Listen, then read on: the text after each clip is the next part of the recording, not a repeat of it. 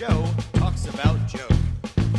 And now, your host, Joe Slepsky. Hey everybody, welcome back. It's me, your host, Joe Slepsky, and you are tuning in to Joe on Joe. And this week it's another episode of Joe on Joe Illustrated. Now this is the podcast where we watch every episode of G.I. Joe, where we read every comic book of G.I. Joe, Real American Hero, in sequential order.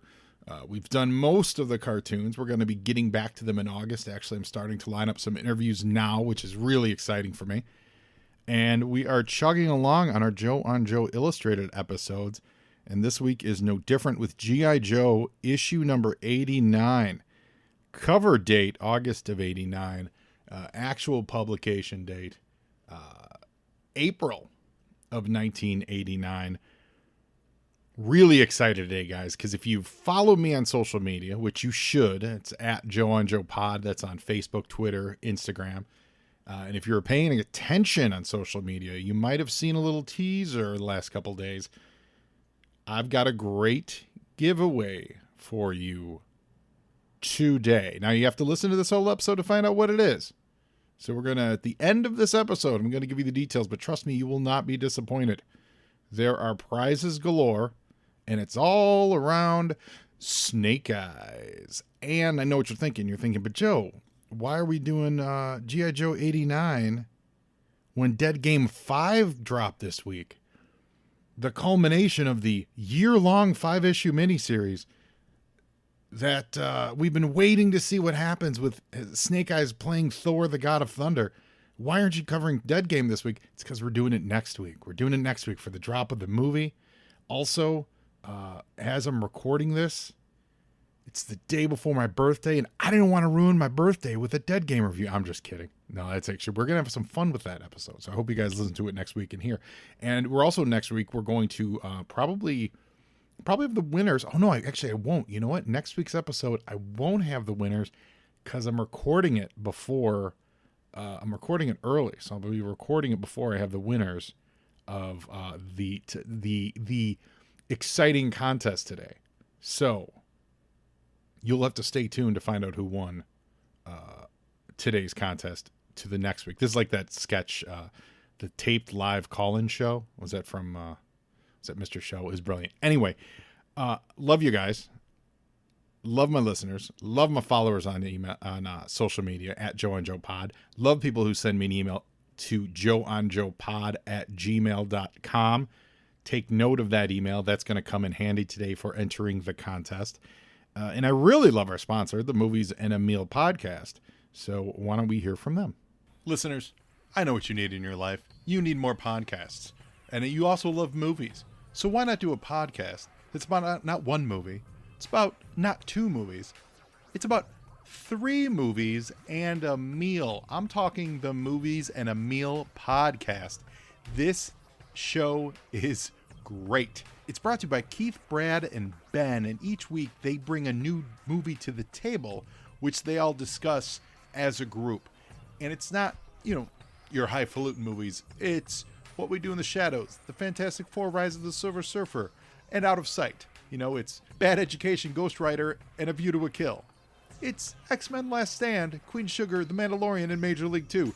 They are a lot of fun to listen to. You guys know Ben. It's our friend Ben Pensarga. He was a guest on Joe and Joe. In fact, Ben was the very first remote guest that I ever had on this podcast, so he's always got a special place in my heart. I'm really digging this. I just started listening to it last week. It is a lot of fun. They bring a guest in. The guest, I listened to their Heathers episode. They were joined by Kelly, and she went in depth on her favorite movie, which was Heathers, and it made me want to go watch Heathers to watch with them. I really dig it. So guys, find them out there at Movies and a Meal, Twitter, Instagram. Their website is moviesandameal.podbean.com. They put out 1 episode a week. Give them a listen, guys. Support them. Let them know Joe on Joe sent you. I don't think you're going to be disappointed. It is quite entertaining. And now back to the show. The other exciting thing that happened this week is I got my Target reorders in. So I finally got my hands on Firefly. I think I already had a Beachhead, but I got a Beachhead and I got a Cobra Trooper. So very exciting stuff. Very exciting stuff. I know that we were, California, it was like 6 a.m. We were waking up early last week and hitting order. So I want to add the chorus of thank yous. If anyone from Hasbro or Target or listening or out there, thank you guys for listening to the fans, if that had anything to do with making more of these available. But I have a feeling that it did.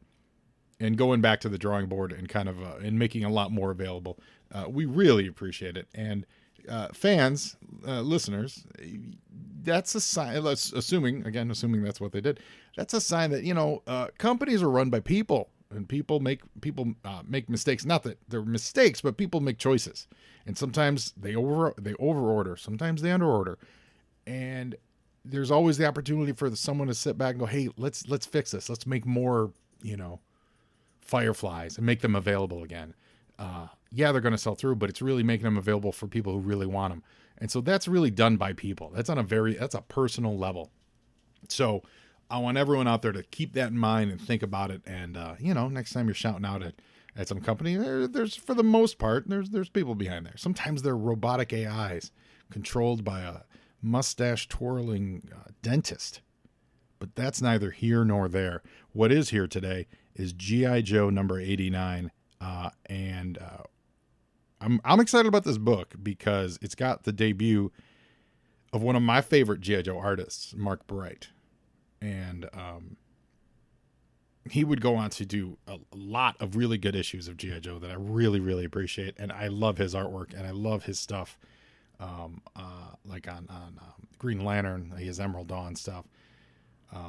Quantum and Woody was fantastic. He did a nice little run on Black Panther. Like, I'm a fan of Mark Bright's work, so I'm excited to get into it. But before we do, how we always start. You were saying? And we look at comic books that were on the shelf the same month that the issue in question was. So G.I. Joe 89 was on the same shelf. It shared shelf space with these comic books from DC Comics. Action Comics 644. Another fabulous George Perez cover. I feel like until he stops doing covers, my eyes are always gonna be drawn to that. But this is Superman in heavy shadow. He's got like a basically a black and white look on him. You don't even see his face. It's just his costume, and it just looks so different from all Superman covers. Looks, obviously the draftsmanship is fantastic, but it's the layout and the style choices that Perez chooses to do in this, and you're not used to seeing that, especially then.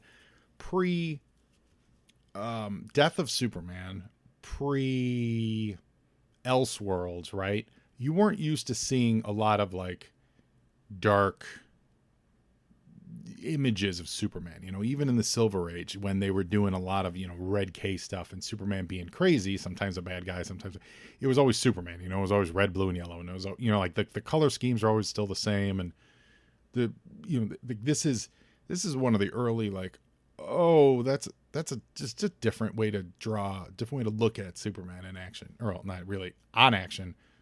He's kind of posing, not really in action, but it's great. It's a really gorgeous cover. Check it out if you can. What else we got? Okay, Batman 436. This is Batman Year 3, so hot on the heels of Batman Year 2, which was hot on the heels of Batman Year 1. They start to tell and actually George Perez cover too. They start to tell the origin of this is Robin. So this is dealing with Dick Grayson Robin, his origins, and so they're calling it Year 3. So like the year Batman took on Robin, who would become Nightwing. It's overlooked. It's like Year 2 had diminishing returns off of Year 1, which Year 1 is one of the greatest Batman stories ever told, and Year 3 had similar ones.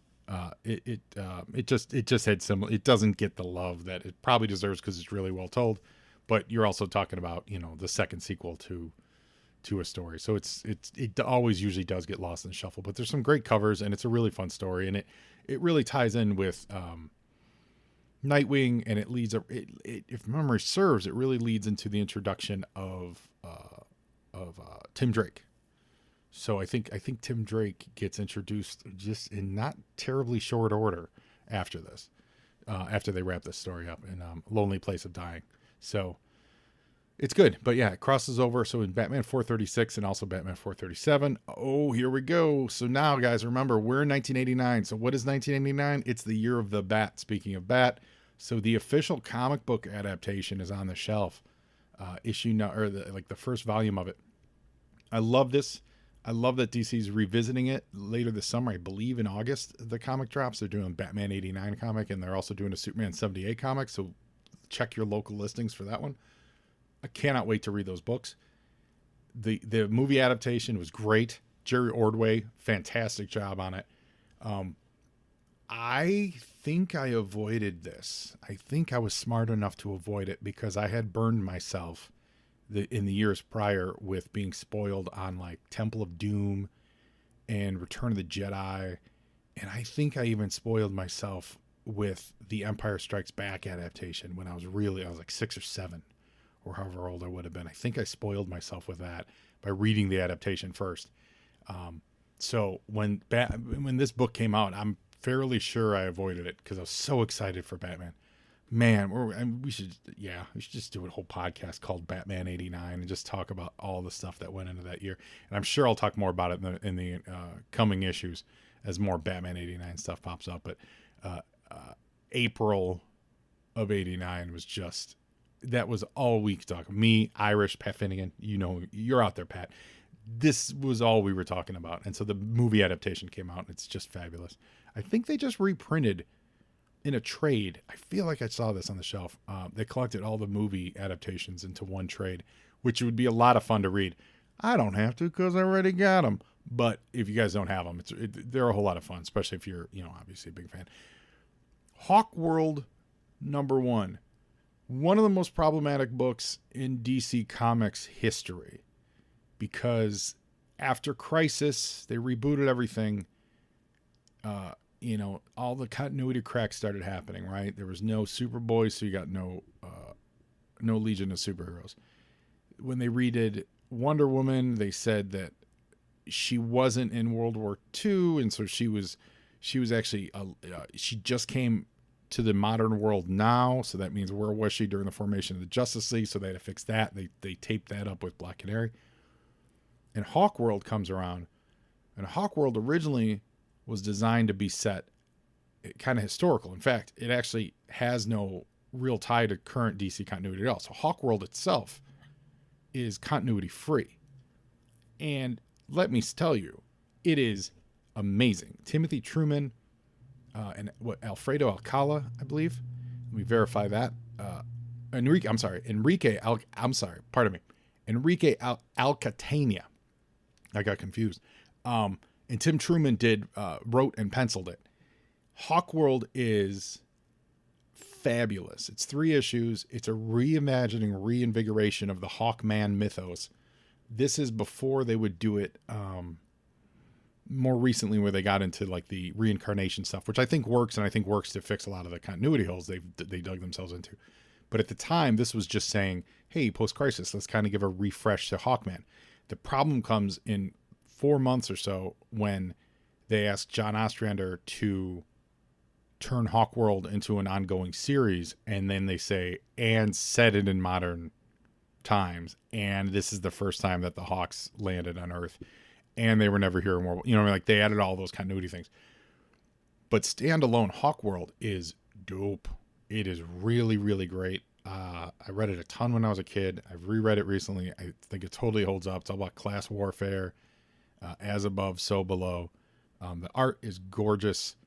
The way he restylized the Hawks as like these more down to earth policemen. They really did some cool. They added a lot to the mythos that still survives to this day. It's great. Like Hawk World is awesome. If you've never read it, get your hands on it. I absolutely know that they've made this one available. The series itself is also really good, but it becomes really problematic continuity wise. But the Hawk World mini series, which is what we're talking about, is just dynamite, man. Absolutely just dynamite.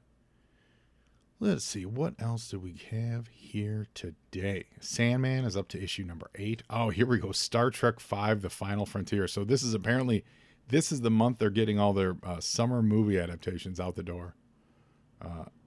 That's always exciting. I do like me a good movie adaptation. I always thought like DC, and I feel like it works really well with DC, not so much Marvel. I don't know why. Well, because DC always had Elseworlds and stuff. When DC would do like the gimmick months, they should do like a DC goes to the movies month, and just reach out to random, and now you wouldn't do it actually because they're actually making movies for this stuff. I had this idea years ago before they were actually making DC movies, but like give creators kind of carte blanche and say, if you were realistically making a movie out of whatever character, how would you do it? What would your movie take on this be? And I have a feeling a lot of people wouldn't do that because they are trying to sell to Hollywood, so probably wouldn't fly too much. But I would love to see that. Like DC goes in movies, continuity free. What's your fresh take on how this would work? And, you know, try to style it like with movie budgets and movie limitations and things like that. I don't know. Maybe that's just me, because I do have a soft spot for the movie adaptations of books, which usually are not that good of books because they're trying to adapt a smaller medium, the smaller medium being films. Films are absolutely smaller than comics because comics have unlimited budgets. You can blow up galaxies in comic books, and on movies that all cost a lot of money to do. Anyway, so that's it for DC Comics. Let's move on to Marvel. You were saying? And Marvel, with cover date of August 89, shelf date April 89. What do we have here? Spider-Man 318, more McFarlane fun. He's fighting Scorpion. Avengers Spotlight featuring Hawkeye in the lead, and it looks like, is that Namor? No, I'm sorry, Star Fox. Star Fox, obviously the creepiest of all Avengers, whose basic power is a roofie. That's what Star Fox does. Star Fox roofies anyone he fights, and that's really not even hyperbole. It's not much of a joke. That's actually Star Fox's fire. So, good times. Iron Man Annual 10. I think it's this one. Was this the start of it? Or maybe it was Silver Surfer. It was one. Well, obviously it's this month, so it's one of these early ones. But this month is the start of Atlantis Attacks. And this was the big crossover that ran in the annuals. This is where I was like, this is the annuals where I think they should do like DC goes to the movies or Marvel goes to the movies. But yeah, Atlantis Attacks. And this was, basically all of Submariner's lieutenants got together and said, we should just kick him out and take over everything. And it had to do with the Serpent Crown and big blue Atuma, Serpent Crown, and they had to sacrifice 7 brides, and the brides ended up being, like She-Hulk, Jean Grey, Invisible Woman. They're all on the cover, surrounding the Serpent Crown at some point in these, and it was a really well coordinated crossover, and it was great because it started small, and then it built bigger and bigger, and then they also had these backups in it, like 4, 5, 6-page backups of like the history of the Serpent Crown that were fresh images and freshly told stories. But it traced the Serpent Crown throughout the multiverse of Marvel, because it was at some point in Squadron Supreme's universe, and then it was here, and then it was at Project Pegasus, and sometimes it was shaped like serpents, sometimes it was shaped like a giant gold crown, like all that stuff, and they did a good job with reconciling all those different versions of the serpent crown, so that's fun. So that starts. It's in this month, and Iron Man Annual 10 and Silver Surfer Annual. And what is there any other annual this month? And the X-Men Annual too. The X-Men Annual 13. So that all starts this month. Now, Marvel Fanfare number 45.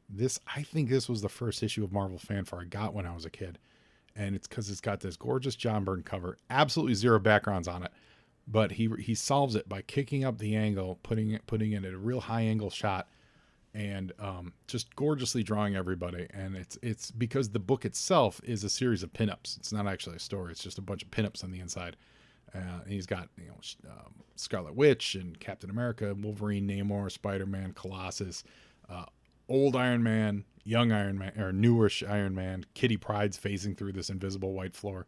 And then it's Byrne as the photographer, or is actually, I don't think that's supposed to be Byrne. I think that's Al Milgrom as the photographer, drawn by Byrne. Oh, and Silver Surfer's on there. And if you look closely, Superman's leaving the scene. There's a red boot with a red cape. That's absolutely Superman. Someone's at the bottom. Is that Black Panther? Yeah, that's Black Panther at the bottom. And it's a double wrapper. Like, this was me getting early into comics, and so like this concept of an opportunity to like partake in the larger Marvel universe, actually frankly like the invitation of Atlantis Attacks, and also a book like this where you just get to see a lot of these cool pictures of these cool characters. A lot of them at the time I didn't know who they were. It was pretty neat. I remember really enjoying that issue, and some of the illustrations are absolutely gorgeous.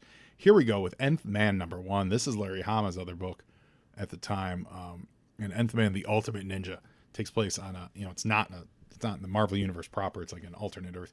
I think I have maybe half of these issues or something like that. I never really put together a full set of it. And because it was a ninja, I was really confused at the time as a kid, because obviously I knew ninjas and Larry Hama from G.I. Joe. So I was like, oh, is this a G.I. Joe crossover? And then when I learned that it wasn't a G.I. Joe crossover, my interest went to zero. Just because I wasn't following artists or writers at the time. I was just like characters. So I absolutely remember being like, no, I don't know. I mean, how many ninjas can I deal with? I like my Snake Eyes ninjas.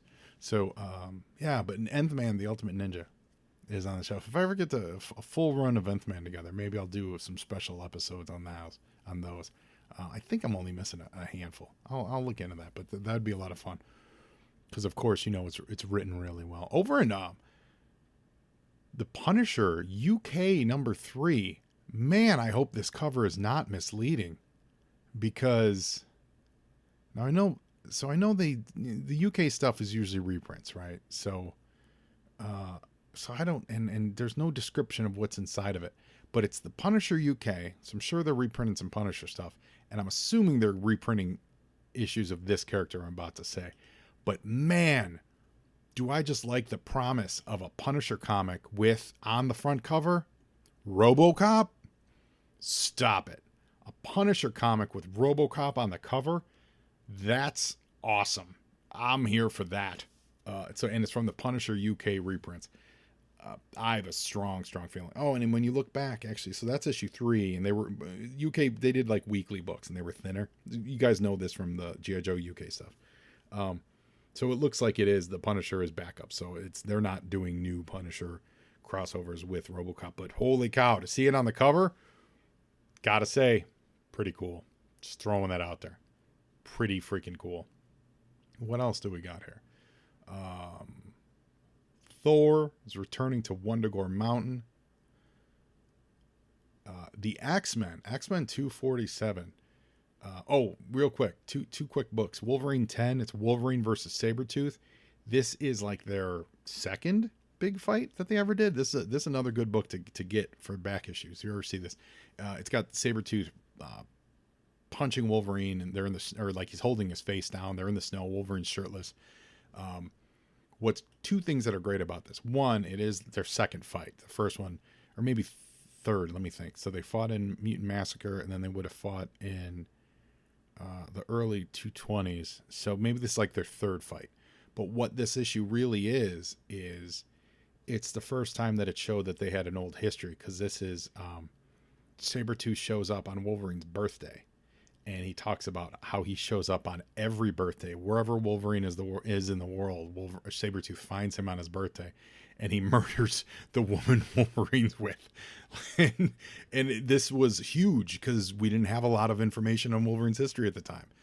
Believe it or not, he was still very much a mystery man. And so this story just fleshed out so much details of it. It's such a great issue. You absolutely seek this book out. And so it is hiking up on the back issues. The other cool book is Wolverine and Nick Fury, the Scorpio Connection. Howard Chaykin, and who wrote that? Archie Goodwin. No wonder it's so good. Yeah, I didn't realize Archie Goodwin wrote that. Archie Goodwin wrote it. Howard Chaykin drew it. And it's Wolverine and Nick Fury teaming up to take down Scorpio, which Scorpio, I believe at that time it was either Nick Fury's kid or his brother. And I feel like it was his brother, but it might have been his son. I feel like it was both at different times. But it's like a world globe-trotting spy adventure. and it's really good. And Archie Goodwin's one of those names that a lot of modern comic readers don't know, and I don't mean that as a slam, because he was quietly one of the greatest writers of all comics. But he was also he was a huge editor. He edited some of the best comic books in the history of stuff, and he collaborated with just the best creators, and people had nothing but great things to say about him. And he passed in the mid 90s. I think his last big project book that he like launched and shepherded was Starman. But he worked with Simonson on Manhunter. He wrote Manhunter with Simonson. And he wrote the Star Wars comic strip and like the adaptations of the movies. Archie Goodwin's absolutely a phenomenal storyteller. So if you get your hands on the Wolverine Nick Fury Scorpio Connection graphic novel, you're not going to be disappointed. And then in X-Men 247, it's the X-Men go into the Siege Perilous, which was a giant gem that judged you based on how your worth and how good you were in your life, and it would reincarnate you.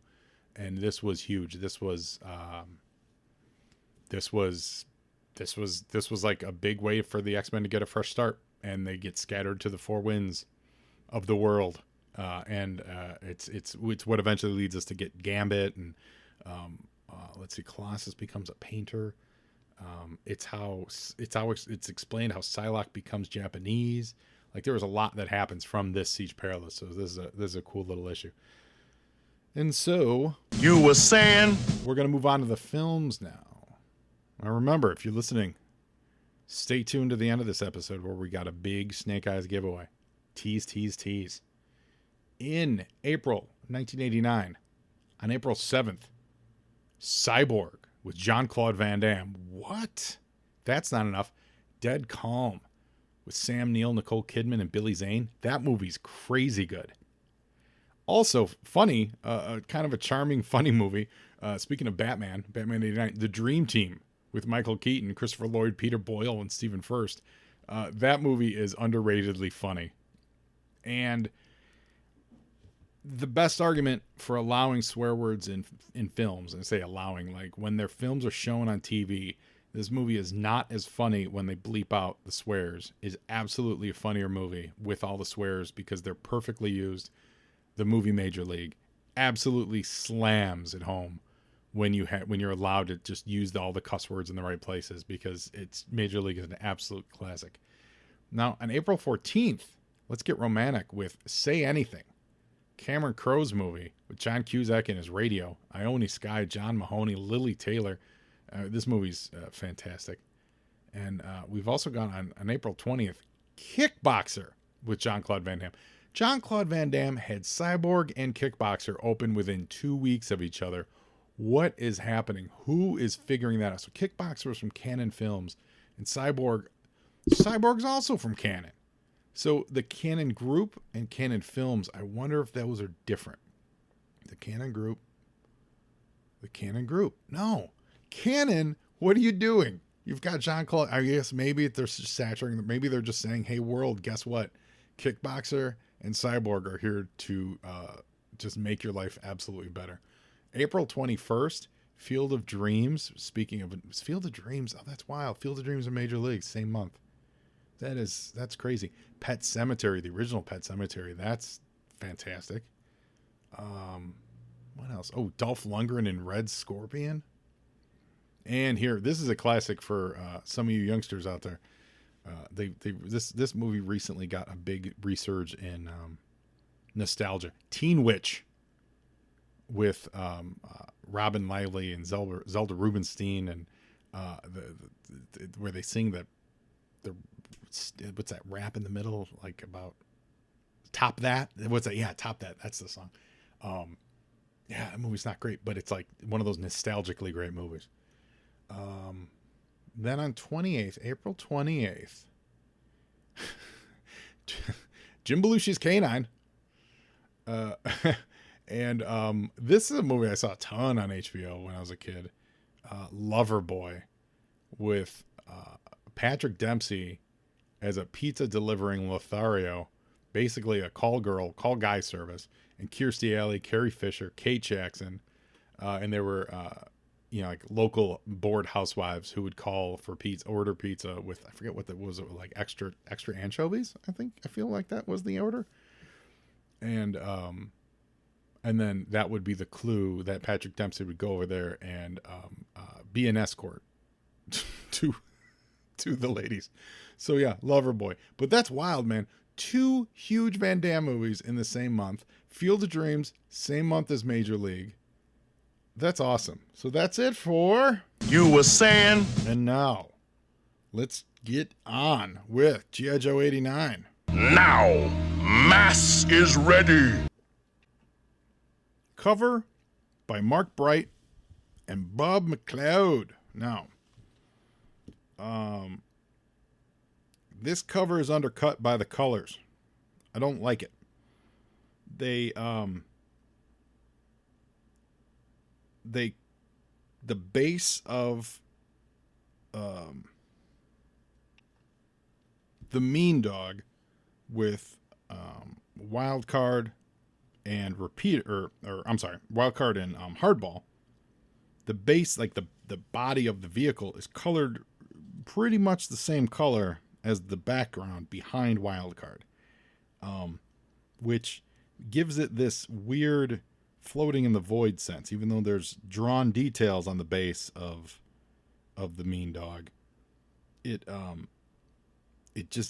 I wish they had colored the actual, you know, like the body, like the vehicle body, the proper color to make it not just blend in with this orangey, reddish orange background that they put. I feel like that it would bring this issue home. As a drawing, it's great. It's got an almost 3D element to it. You know, the main cannon is just in your face, got nice perspective on it.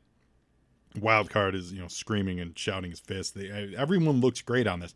I think it's really, really let down by the color choices. Part of me wonders if that's partially a mistake.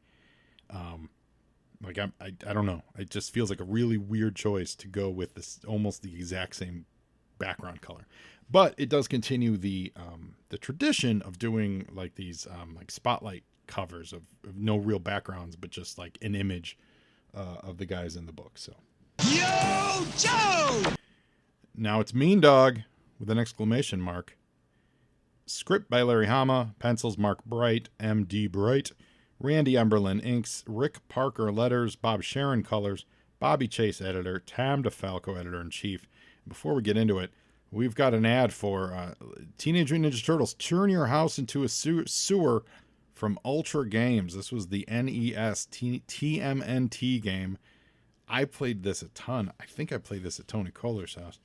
I don't think I owned it, but I did play this a lot. This was a lot of fun. Teenage Mutant Ninja Turtles had some early, fun, good video games.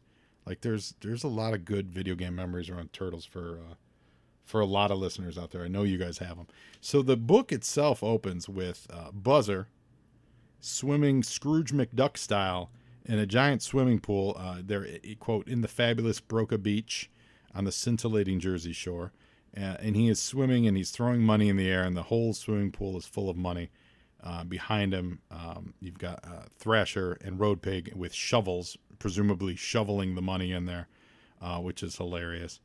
And it's our first real glimpse at Mark Bright's work on G.I. Joe, and I'm here for it, man. I'm here for his level of realism and detail. I love it. And, you know, Buzzer is also loving all this money. Yo, Joe! This money was not stolen, however. It was diverted from investments, and that's important. So we get our first look at Zorana. I am here to say I adore Bright's rendition of Zorana a lot because he focuses on the mullet. He never begrudges her mullet. And for my money, he doesn't make her look like a beauty queen. She looks like a biker. You know, like this, I've always, and maybe it's because Bright's renditions might have been, you know, like I don't know, I was reading the book by then. I don't know why. I don't know why Bright's rendition of Zorana always sticks with me, but I really like it. So she's correcting these guys that all this money is, you know, from quote unquote real investments. This is Cobra. This is Godfather Part 2. They're trying to make themselves legitimate. You know, this is Cobra trying to legitimize themselves. And there's a lot of fun road pig stuff in here where he flips from his two personalities, you know. And he cracks Buzzer on the head with his shovel. And we see that Zorana's reading Forbes. So she's really taking a serious interest in bettering herself as she goes for a stroll on the boardwalk. Now, this is nice. There's nice storytelling on this page. You've got where we opened on Buzzer in the pool. Get just a nice regular medium shot of, you still see Buzzer in the pool, so that places kind of where everything's at when they show Zorana poolside. And then we zoom in on Buzzer as he has some action, some things to say, getting hit by the thing. And then it follows as Buzzer is kind of at the edge of the pool as the camera flips to see now Zorana walking out, which then takes us at the bottom panel outside of the boardwalk. So this is really like very much blocking and tackling in storytelling, right? So you can picture if this was one shot, there's this sweeping kind of camera move that would be zooming in and following people, and then once the action with Buzzer is gone, it kind of zooms away. It notices that Zorana's on the move, and then it kind of follows her out. It's really cool. And we see outside on the boardwalk that all the Cobra, like the residents of Broca Beach, which are all, Cobra families and stuff like that. It's undergoing a big renovation, which at the time, on like Jersey Shore, Atlantic City stuff was undergoing a big renovation. This was a big era of renovation for the Jersey Shore, which had gone under a lot of disrepair. So we're seeing a lot of parallels with that here. Yo, Joe! Kids on skateboards. It's funny though, no one's really hiding the Cobra affiliation though. All these kids have Cobra logos on their shirts. There's a poster. I'm not sure what it's supposed to be fair. I don't know if it's supposed to be a wanted. It feels like it's a wanted poster, but it just says the words Cobra on it, and there's a dude in sunglasses. I'm not exactly sure who or what that's supposed to be, but I like it. And then this is a fun bit of like just a fun detail to put in, that all of the shoreline amusement park rides are disguised Cobra vehicles so that they can hide them in plain sight, use them whenever they need them. And certainly they use them in this issue. But you got like Cobra pogos that are repainted, and they're connected to Ferris wheels, or not Ferris wheels. What are those carousels? Like the ferrets are on carousels, and Fang helicopters are attached to, like the kind of the spinning arm, carnival rides, things that just go in a circle with the arms and go up and down. So that's really fun. I enjoy that little gag. And you also then get to see these pogos in like a wide variety of colors, which is neat, and it doesn't feel out of place. And probably the best thing they have here is the shooting gallery, which actually has G.I. Joe targets. It's got Shipwreck and Polly. By the way, huge props to Mark Bright for drawing Polly. It's got Scarlet, Snake Eyes. It's probably supposed to be Duke, to be honest. But it's either Duke or Hawk with giant targets on their sternums. And it looks like the guns are real guns too. It's not even, airsoft guns or anything. So, we're getting this little quick mini tour of what Cobra's up to. For all the subterfuge they're going to hide it, they're really not interested in hiding it. But what is great about this is Zorana really is giving us a glimpse, or Larry's giving us a glimpse of Zorana's genuine dreams of legitimacy. Like, she really thinks Cobra can actually make it. And it gives us an insight into her character, that it's someone who's, maybe she's not all about that criminal life, but she's someone who doesn't like a lot of rules and wants to live outside the law, but at the same time, take some roots. Yo, Joe! Meanwhile, in the interstate just outside Broca Beach, this whole episode is a huge callback to one of those early issues where Clutch and Rock and Roll are in the was it the Woody wagon, and they have that big chase with Cobra on the expressway. You guys remember that issue? That's what this whole issue is like, a callback to that, because we get Rock and Roll and we get Clutch. And let me just throw this out there. They're driving a what are they? It's it's not Barracuda because that was a Barracuda last time, but they say what it is again. I'm a huge car guy, so it didn't burn into my head. But I'm just saying this: Clutch, car you're driving needs a lot of work, and I'm surprised to see Clutch driving such a jacked up car. But they are there to check out Broca Beach. Well, actually, they're on rest and relaxation, but they see that they've changed this name to Broca Beach, and they also see that the town itself is getting cleaned up. And Clutch says, it's cleaned up so much it doesn't even look real anymore. Everything is too perfect, rock and roll. And rock and roll, telling him that it's progress, Clutch. All the funky stuff he used to like about this burg, it was probably referred to as blight in other circles, So they're reminiscing on the loss of their youth. They miss the greasy burger stand, so you can't go home again. It's a nice, it's a really fun setup here, and it's also driving home. These guys really are here on vacation. They're not scoping it out for any other reason. Yo, Joe! And they get to the boardwalk, and they see that, or as they pull up, rather, a cop drives right up and starts giving them the business. And what's fun about this is they really don't waste any time. Like, they're immediately getting run out as drifters. And there's nothing I love more than a good, let's run a drifter out of town story. And that's also what we're getting here. As the cop says, we don't care for no-account drifters in this town, do we, Damon? And he says, that's right, Pythias. Now, Damon and Pythias. If those names sound familiar, they should. They did sound familiar to me, and I was like, all right, I know this is a reference I need to catch. And sure enough, it's from the Greek story, the Greek historic writings, where about the Pythagorean ideal of friendship. Pythias is accused of and charged with plotting against the tyrannical Dionysus.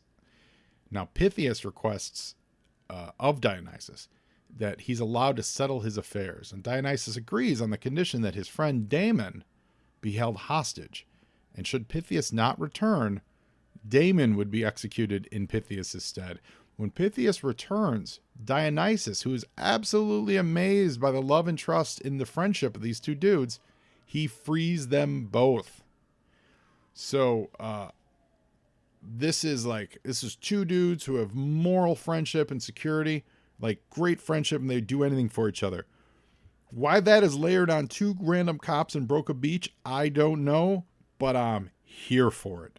These two cops are best friends. Let's get a follow-up story on Damon and Pythias from Broca Beach and how their friendship had to save the day because they trusted each other so much. But they also forgot to take off their Cobra ring, which rock and roll notices immediately. And when he does, he grabs Clutch, who Clutch is starting to lose his temper because the Joes didn't do anything. They pulled up in a beat up car and they get told to, go beat feet. So Clutch is like, do you know who we are? And he's about to say they're G.I. Joe, but rock and roll's like, yeah. So Damon and Pythias of Greek lore, welcome to G.I. Joe. Yo, Joe! Before we go further, just so you know, video games just got easier to order. You can call the toll-free Sears catalog Nintendo number and order up your NES game. You guys, call Sears right now, and you can get a Nintendo action set for only $100.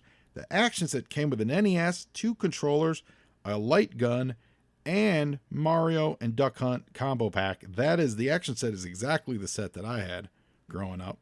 You could also buy Blades of Steel for $40. I had Blades of Steel. It was my favorite hockey game. You could buy Super Mario Brothers 2 for $43. Zelda 2 Adventures of Link for $45. Bionic Commando, $39 or $40. What else do we got? Oh, you get the Friday the 13th game, guys, $40. Spy Hunter, $32. Superman, the NES game, I had that, played the hell out of it, $40. I still have my Superman game. WrestleMania for NES, game was great, $43. RBI Baseball, the greatest baseball game of all time, $43. Call the Sears catalog right now. They're waiting for your order. While we're on that topic, any gamers, keep listening to the show. I'm just saying, By the time we get to this end, there may be a giveaway you may like. Now, I am amazed that games are $40 bucks, $45, and they're still between 40 and 50, 60 bucks. It is crazy how those prices have stayed relatively flat over these years. It is wild. And the system has gone from $100 to $500 or more. Wild. So meanwhile, back at the amphitheater, I love this. Road Pig has just not stopped beating on Buzzer with that shovel. Like, he is still hitting him in the head. He constantly hitting him in the head. So much so the Buzzer bops his head into the fence, and he as he hits the fence. Oh, they're in a 74 Barracuda. That's what they're driving. They notice that the Barracuda is driving by. And then he recognizes the Joes for who they are. And Road Pig gets involved. Of course, he just punches a fresh hole in the fence, and he says those two wimps was Joe's, and then he starts screaming at them. And the scream is apparently loud enough to get Clutch and Rock and Roll's attention as they drive away. And Rock and Roll is just telling Clutch to just keep driving, don't look back. So the Joes are making their way out of town. Yo, Joe! Now, Damon and Pythias are getting yelled at by Road Pig. And Road Pig says, don't just stand there like a pair of hydrocephalic Precambrian invertebrates. And then he flips into his other personality. He says, go get those Joes. They'll do that throughout this issue where he'll flip from his smart one to his dumb one. And it's great. And it's really on a dime, and it's fabulous. So the cops are off after him. They tell Zorana that they got to go after him. And this picture of Zorana is kind of what I'm saying, where, like, she's not a beauty queen, but she don't run from it. Like, she don't run from the fact that she's got a mullet, and I'm here to rock it, and I'm here to be Zorana. It's great. And so she tells everybody, basically all hands on deck, because if they get out, everything that they're working for and building for here is going to go away. So they jump on all of these disguised vehicles that they just finished hooking up. So we've got some really funky looking, dreadnought trikes and ferrets and pogos with a lot of different designs on them. They look pretty great. Yo, Joe! And the cops are and the dreadnoughts now are caught up to him too, but the cops are shooting at they're shooting at the Barracuda, shooting at Rock and Roll and Clutch. The other thing I'm surprised in this page is that Clutch keeps a messy car. Now, he's got a hockey stick in the back, he's got a basketball, that's fun. But he keeps a messy car. I feel like Clutch wouldn't keep a messy car. I feel like Clutch would have more respect for his car. The only thing he does keep in his glove compartment are gloves. That's a fun joke. And Rock and Roll's looking for the radio to call the Joes. That's why we see this. So then Rock and Roll uses all the garbage that's in the back seat. He just starts throwing that garbage at the Cobras because they don't have any weapons, really. I'm sure do they come up with pistols later? They really don't have weapons. So it's just, they got to get away from all this stuff. Bright's art in this is just great, man. It's just solid. It's really solid storytelling. He starts with a medium shot of them in the car, and then he pulls back to give us perspective of where they're at. They're on the highway along the coast. And then he zooms back into the car, gives us the gag about the gloves and the garbage. And then he puts the camera, this is important. Then he puts the camera at the rear of the chase, and going exactly at our vanishing point, right? So that gives this sense of movement, pursuit, and finality to this part of the adventure. So this page just has this closure to it, and it's really a very subtle, very good, very smart move artistically, because it just moves. Especially in the top, we're pacing with them in the top panel. We're ahead of them in the second panel. We're with them in the middle, and then at the bottom we see taillights of the pursuers and the Joes. But putting us in the taillights means they're going fast, they're going away, and then we're about to move on to a different perspective on the story. Yo, Joe! And, of course, that different perspective is in Broca Beach, where we get some fangs and hisses are being deployed. And it looks, what you could tell from this, and I like that they're doing this via imagery. And they're not telling us this, but they're parking hisses in every, it's like a It's like an old campaign slogan. You're getting a hiss in every driveway, and Cobra soup in every pot. Like every house is getting a hiss tank delivered to it. They don't call it out. I mean, they say Fang and Hiss deployment underway, but they're you can see that they're all right. Oh, no, wait a minute. Is that what's happening here? Okay, so I take that all back. I'm sorry. Even better, they're actually leaving the house. They're going onto the truck because they're going to join this chase. Pardon me for misreading that. I was misinterpreting that. But it does show you that every house has a hiss tank, and that's great. Second shot, we get all the pogos. They're all launching across town. And then the dreadnoughts are getting ready to take off. And Zorana is the one that absolutely knows how important this is, that they don't screw this up. Yo, Joe! Monkey Wrench is in pursuit. Monkey Wrench has a, looks like a Televiper with him. And he's on a ferret, and he's the only dreadnought that is keeping pace with Damon and Pythias as they chase the Joes. Now, Rock and Roll found the radio, and they're trying to call the Joes. They're just calling for help again. They don't have any guns. All they got is their lead foot and a beat up car.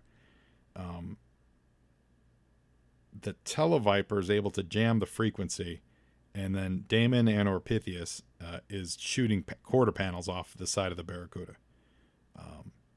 So these guys really are in trouble. They do a nice job of really putting these two Joes in peril, and it comes up next issue. This isn't just a one-off adventure. This is a fun start to a good one. Yo, Joe! So, according to the sign, they're at an intersection near the Jersey Turnpike, and this is a transport, like freight truck, and it's Scarlet driving, and I'm not sure. I think that's supposed to be Hawk, but it's also got a Duke flare to it. And to be honest, on this page, they actually don't identify who that is. And remember, the problem being, Hawk and Duke are drawn very similar. And his shirt's colored green, but it's also got like a bandolier like Hawk wears. So we're gonna find out. I'm sure they call him out by name later in this issue, and I'm just missing it. So we're gonna read this. We're gonna go through this now, like as we're reading it. Scarlet doesn't name check him, and yeah. So they call for the Mean Dog to deploy, and so we get a shot of the Mean Dog with Wildcard. And remember, Wildcard breaks everything. So again, the restraining straps that were keeping the Mean Dog in place, they were broken the minute Wildcard touched them. Yo, Joe! And this is fun because as the Mean Dog rolls off the truck, they just crash into other cars. It's great. And someone says, well, watch out, we almost got hit. And they say, this thing can take a direct hit from 120 Mike discarding Sabo, high explosive anti-tank round. I'm not breaking a sweat about being bumped by a Hyundai. And then in a little bit, I think it's Hardball that says any vehicle that could survive Wildcard is stronger than. He's like, what'd you say? And he just cuts him off. That's great. And Wildcard is like, he doesn't need a road. Like roads, we don't need roads, and he just cuts across the farm fields of Jersey, heading towards the shore. This is a lot of fun, and what's fun about this is it shows personality on Wildcard. It shows personality on Hardball. It shows the capabilities of the Mean Dog as a toy. Like it can just go wherever it wants to go because that's how bad it is. I like it a lot. Yo, Joe! Now, Clutch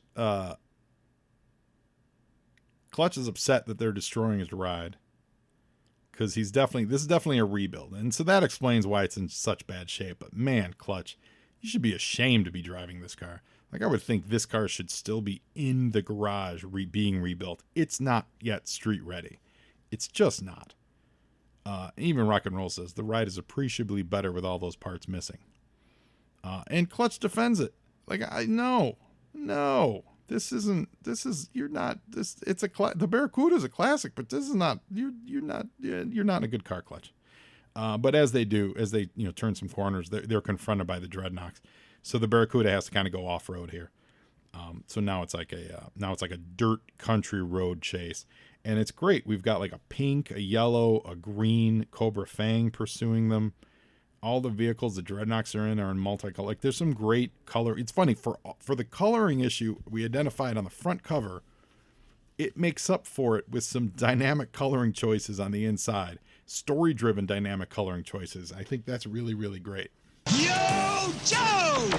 And as they kind of crest a farm ridge, or so to speak, the Mean Dog makes its appearance and just shoots down those fangs, just knocks them out of the sky. That's great. None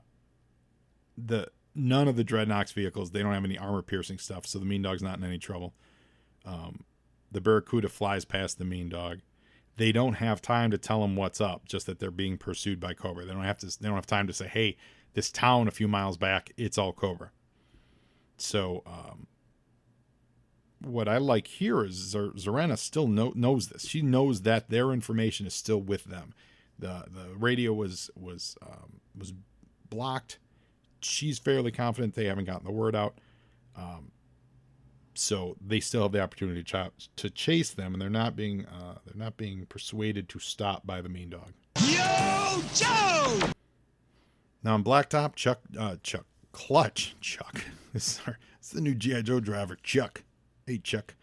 The Mean Dog's gonna buy them some time to get away, because they know that even these small arms will just destroy that Barracuda.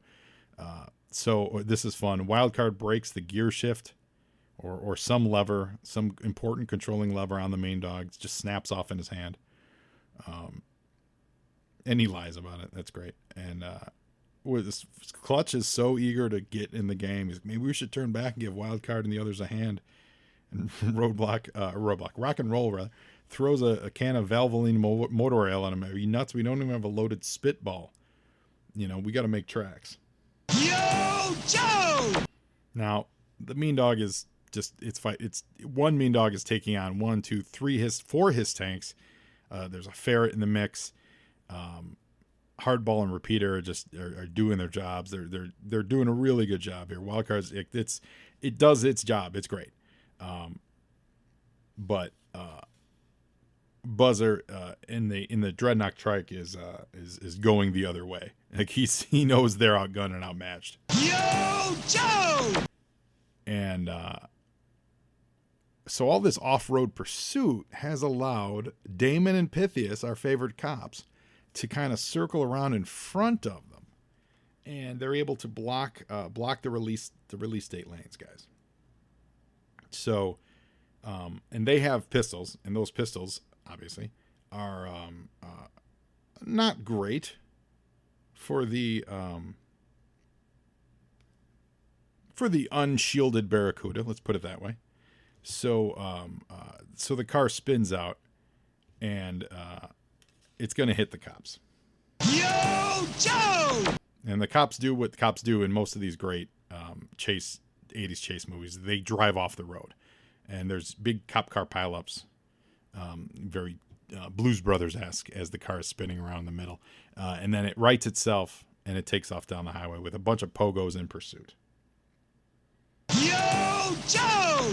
And there's there's just good panel-to-panel storytelling here of keeping us aware and like situational awareness of who's in front of what, where other cars are, who's in the lead, who's in the what, all that stuff. Zanzibar gets in the mix. He's instructing all these pogos just to fire all their missiles at the Mean Dog. We see some nice explosions in this bottom panel here. Yo, Joe! And of course, Zanzibar being Zanzibar, he's always wrong.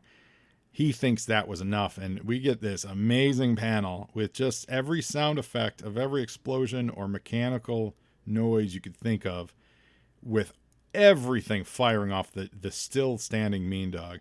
Garunk, clunk, wonk, gung gung, broom, whoosh whoosh, and rat-a-tat-tat. And they just take down all these pogos. Like every pogo goes down. All their weapons are dry. They used everything they had, and they won the day. Yo, Joe! Or did they win the day? Because Zanzibar, still in a quasi-active pogo. Remember, pogos have 3 legs, and they jump up in the sky. One of his legs got blown off. So he's hobbling away in this two-legged pogo, and Wildcard decides to just run it over because they're all out of guns or all out of ammo. He just runs it over with the mean dog, and they grab Zanzibar and they pull him on board.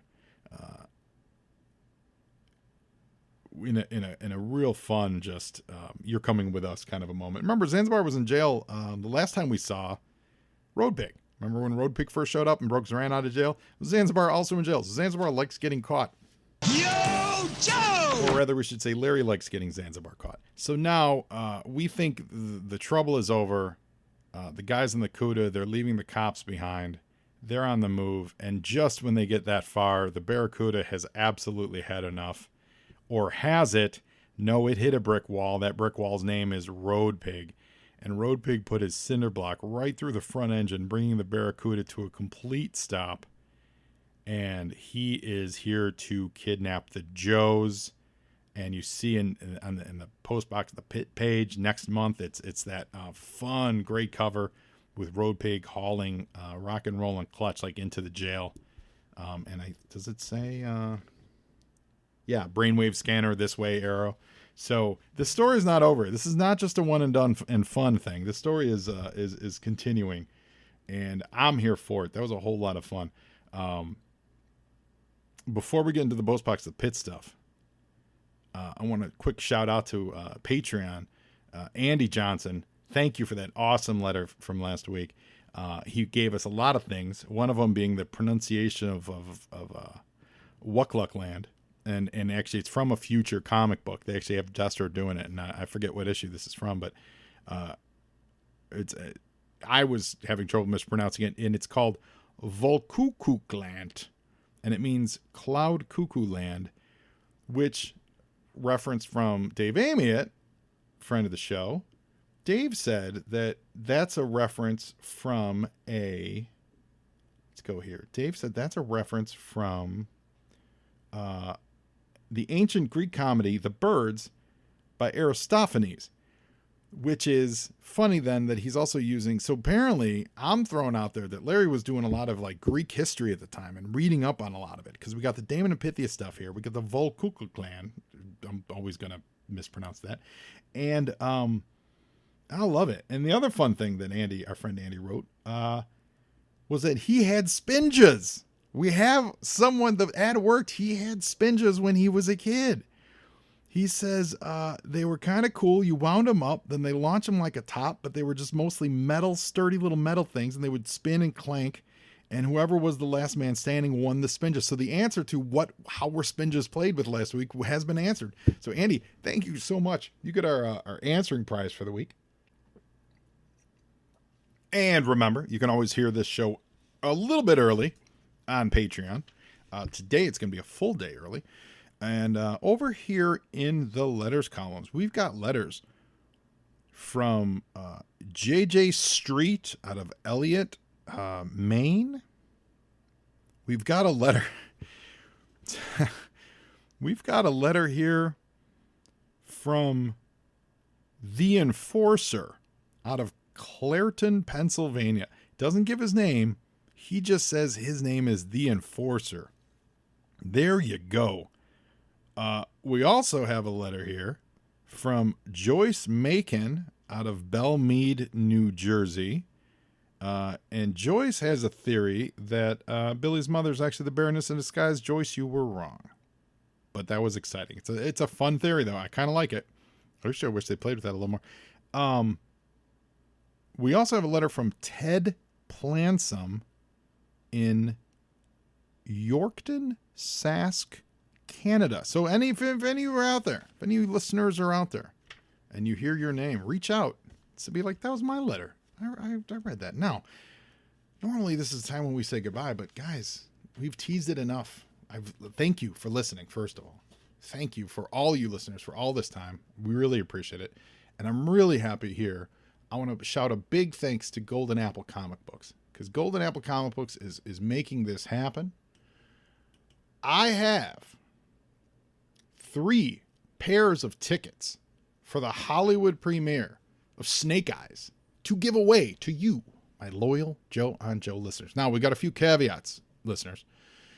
This is a Los Angeles-based event, so you absolutely need to be able to make it. It's in LA, and it's on Wednesday, July 21st, 7 p.m. If you cannot be in Los Angeles at 7 p.m., please keep listening, because I do have some giveaways for you, but that's what this initial giveaway is for. It is for the premiere, and it's going to be great, and I'm going to be there, and we're going to meet, and we're going to hang out, and it's going to be awesome. I need everybody to follow Golden Apple Comics on Instagram and stuff, because Golden Apple is also going to have some other giveaway stuff. That's also going to be local. It's going to be in the store giveaway stuff. So that the details on that are forthcoming. But follow them on social, and they'll start tweeting it out when we get a little closer to it. That's kind of dependent on when they actually get the physical items. But, you know, usually it's stuff like pins and, you know, giveaway kind of stuff. But if you can make the screening on Wednesday, July 21st, 7 p.m. in Hollywood, you can be there, I want you to send an email to me at joeonjoepod@gmail.com. Now, the first 3 emails that I get, which can properly answer this question, will win a pair of tickets. Now, the question is, and I got to be in LA, the question is, what is the hashtag that this show, Joe on Joe Podcast, what hashtag did we absolutely push last year? Really pushed it. You would say that we pushed it extremely hard all last year. What is that hashtag? And that is to make sure that we got some loyal listeners. I really want to try to reward loyal listeners with this. And if you're in LA and if you know the hashtag that we really extremely pushed really hard, you can figure it out. Let me know. And I want you guys to come join me for the Wednesday, July 21st screening of Snake Eyes. I'm so excited for this. The first 3 emails I get with that answer, each of you will win a pair of tickets to the screening. I will email you the actual details of the screening, but it's Wednesday, July 1st, 7 p.m. in Los Angeles. Now, many of you are not in the Los Angeles area. I get that. Understood. So I did not want you guys to feel left out. For anyone else, now this is actually open for non-Angelinos. It's open for Angelinos, but everybody else within earshot, if you're listening, I have 2 goodies. This is out of my own personal goodie stash. So this was me saying, let's just make this bigger. You know, I want to reward because you guys are great, and I love the show, and I love doing it so much, and I love hearing from you guys. The first listener to email me at joeonjoepod@gmail.com with the word PlayStation in the subject line of your email, you will win a copy of G.I. Joe Operation Blackout for the PlayStation 4. Now, you have to have a PS4, and I will ship it. I'll ship it anywhere. Now, it's also, you got to have a PS4 that plays the US-based stuff. You know what I mean? It's that kind of a thing. But I'm going to get you guys a copy of Operation Blackout. If you haven't played it yet, it's fun. I don't love it personally. I'm not going to lie. I'm not going to shill for it. But it is a G.I. Joe video game, so let's get that out there. So if you guys, first person to email me, joeonjoepod@gmail.com with the word PlayStation in the subject line, will win a copy of G.I. Joe Operation Blackout for the PS4. Now, I know what you're thinking. You're like, okay, well, I don't have a PlayStation. I don't live in Los Angeles. Joe, what else do you got for me? This is just for people who know how to read. If you're literate, if you can read, and if you can look at pictures, and because you lasted this long into this episode, you've listened this far into the episode, because you love Snake Eyes, I love Snake Eyes, the first person to email me at joeonjoepod@gmail.com with the word Fortnite in the subject line, you're going to win an unopened first print of Batman Fortnite 0 Point number 3 featuring our boy Snake Eyes. That is right, guys. A first print Batman Fortnite number 3, unopened, still in the poly bag, so the code is still good. It's mint condition. It's in great freaking shape.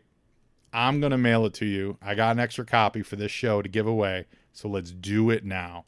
First person to email joeonjoepod@gmail.com with the word Fortnite in the subject line, you're going to win Fortnite 0 Point. And again, that's straight from my heart to yours.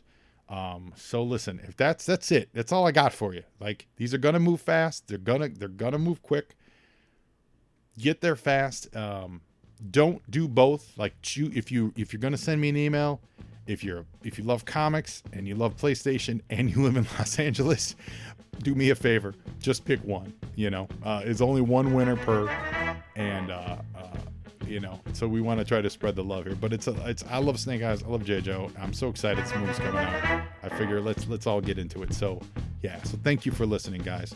If you've listened this far, spread the word on social media. We got a contest going, and I appreciate all of you guys. And so yeah. And so until next we meet. Now you Joe, and Joeing is half the battle.